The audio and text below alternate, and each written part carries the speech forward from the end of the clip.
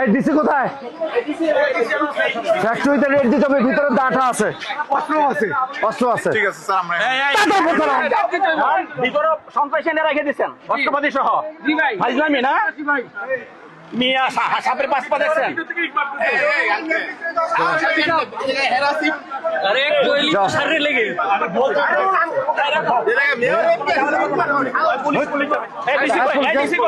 DC ডাক দাও।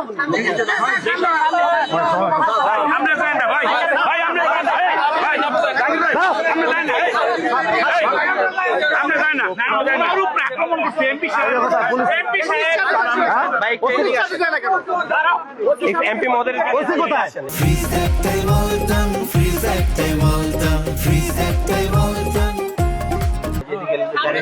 ওসিরে ডাকো। ভিতরে আমরা যাই না ভাই, ওদিকে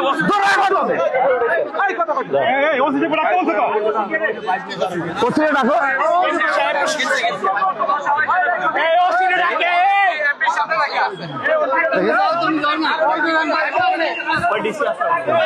ডাকো, ডাক দাও, ওসিরে ডাকো।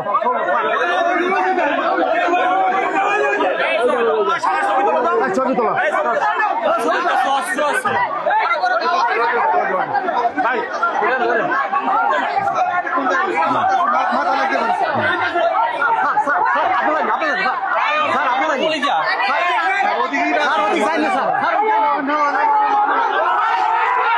গাড়িতে চলুন প্লিজ স্যার। হ্যাঁ দাঁড়া, তুমি ধরো না, কত বড় আর আসপর্দা, আমাদের উত্তরখান 46 নম্বর ওয়ার্ডের রাজাবাড়ি একটা এলাকা আছে, ওখানে এসটিএস আছে, ময়লা সিটি কর্পোরেশন সমস্ত ময়লা ওখানে ফেলে। তো ওখানে পাশে একটা গার্মেন্টস আছে, তারা দীর্ঘদিন এখানে আমাদের সিটি কর্পোরেশনের মানুষজনকে যারা কাজ করে কর্মচারী কর্মকর্তাদের ডিস্টার্ব করতেছে, ওখানে ময়লা ফেলতে দিবে না। এলাকার কিছু বহিরাগত আওয়ামী সন্ত্রাসীদের নিয়ে আমাদের এই সিটি কর্পোরেশনের কর্মীদেরকে মারধর করে। এলাকার লোকজন যদি মুখ খোলে তারা তাদের বিরুদ্ধে ব্যবস্থা নেয়, তারা তাদের মারধর করে। তা আজকে সকালবেলা হঠাৎ করে আমরা খবর পেলাম, আমাদের ডিএনসিসির উত্তরের প্রশাসক সাহেব আমাকে ফোন দিলেন যে জাহাঙ্গীর উনি আমার বন্ধু, যে ওখানে আমাদের সিটি কর্পোরেশনের মানুষজনকে মারধর করে ওদেরকে একদম যা ইচ্ছা তাই করে ফেলছে। তখন ওনারা আবার কমিশনারকে ফোন দিয়েছে, তখন আমরা ওখানে গেলাম। যাওয়ার পরে আমরা পরিস্থিতিটা জানতে যাওয়ার পরে আমরা দেখি তারা সেই অ্যাগ্রেসিভ, তারা বিভিন্ন জায়গা থেকে সন্ত্রাসী নিয়ে সেখানে সেই একই ধারায় আছে। সেখানে আমাদের সাথে যে লোকজন গিয়েছে সেখানে তাদের এমন একটা অবস্থা যে তারা এখানেও হামলা করবে। যাই হোক, তারপর আমরা এটা নিবৃত্ত করে আমরা মোটামুটি ওদেরকে, ওরা দৌড়ে পরে ইয়াতে ঢুকে গেছে, ওরা গার্মেন্টসে ঢুকে গেছে, পুলিশ ওদেরকে গেট ব্লক করে দিছে, গার্মেন্টসে ঢুকে গেছে।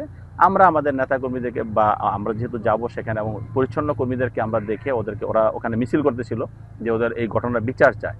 তা আমরা সেদিকে তাদের নিবৃত্ত করে আমরা সেখান থেকে চলে এসেছি, এখানে রুগী আছে, রুগী দেখার জন্য। তো বাই দিস টাইম তাদের যারা মারামারি করছে সেখান থেকে হয়তো পুলিশ বোধহয় ওদের কয়েকজন ধরেছে। তো এখন ব্যাপার হলো যে কেউ তো আইনের ঊর্ধ্বে না। যদি পরিচ্ছন্ন কর্মীদের কোনো অপরাধ থাকে সেটাখানে ডিএনসিসির মেয়র আছে, ডিএনসিসির প্রশাসক আছে, তাকে তারা বলতে পারতো বা তার কাছে তারা অ্যাপ্লিকেশন করতে পারতো তাদের কোনো সমস্যা হইলে। সেই সমস্যার সমাধান না করে তারা নিজেরা গায়ের জোরে ওই এলাকাটা একটা রামরাজত্ব কায়েম করেছে। আমরা অবশ্যই মনে করি যে রামরাজত্ব কায়েম করে কেউ টিকে থাকতে পারবে না। আইন আছে সবার জন্য, আপনার জন্য আইন আছে, আমার জন্য আইন আছে।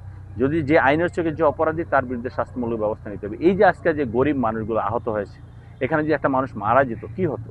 তো এরকম অনেকজন এখানে আহত হয়েছে, সে রোগীগুলো দেখতে আসলাম। আমরা চাই যে দেশে আইনের শাসন আছে, যখন যেখানে যা হবে মব কালচার থেকে বেরোয় এসে বা গায়ের জোরে কিছু করতে পারো না, যেটা ফেসিবাদী আমলে ছিল। এবং আমরা এটাও শুনেছি যে গার্মেন্টসের যে মালিক তারা সেই ফেসিবাদ আমল থেকে তারা সেখানে দখলদারিত্বের ভিতরে আছে এবং এখনও এলাকার মানুষের জায়গা জমি দখল করে সেখানে রামরাজত্ব কায়েম করেছে।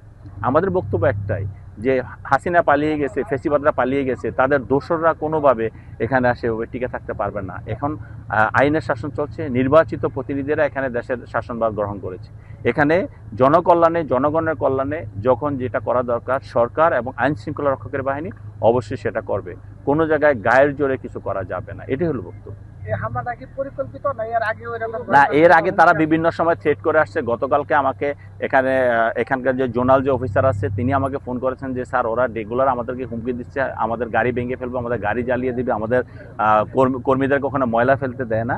তো গতকালকে আমাকে বলেছে, আজকে তারা সেখানে মেরেছে, তার গাড়ি ভেঙেছে, এইভাবে তারা এই কাজগুলো করেছে। দীর্ঘদিন তারা অতীতের যে রামরাজত্ব কায়েম করতে চেয়েছে, ফেসিবাদী আমলে, ফেসিবাদী শাসন আমলে তারা নিজেরও ফেসিবাদের দোষর, যেটা করতে পেরেছে এখনও সেভাবে চলতে চেয়েছে। কিন্তু আমি মনে করি একটি নির্বাচিত সরকার আছে, দেশে আইনের শাসন আছে, আইনের শাসনের কারণে ফেসিবাদ আমলে যা করেছে সেভাবে করে কেউ টিকতে পারবে না। এখানে যে অপরাধী তাকে আইনের আওতায় আসতে হবে। আজকে যারা এই গরিব মানুষগুলো মার খেয়েছে, আপনি দেখছেন কি মুমূর্ষু অবস্থা, আমরা মনে করি তাদের পরপর বিচার হইতে হবে এবং তাদের পরপর ক্ষতিপূরণ আদায় করতে হবে।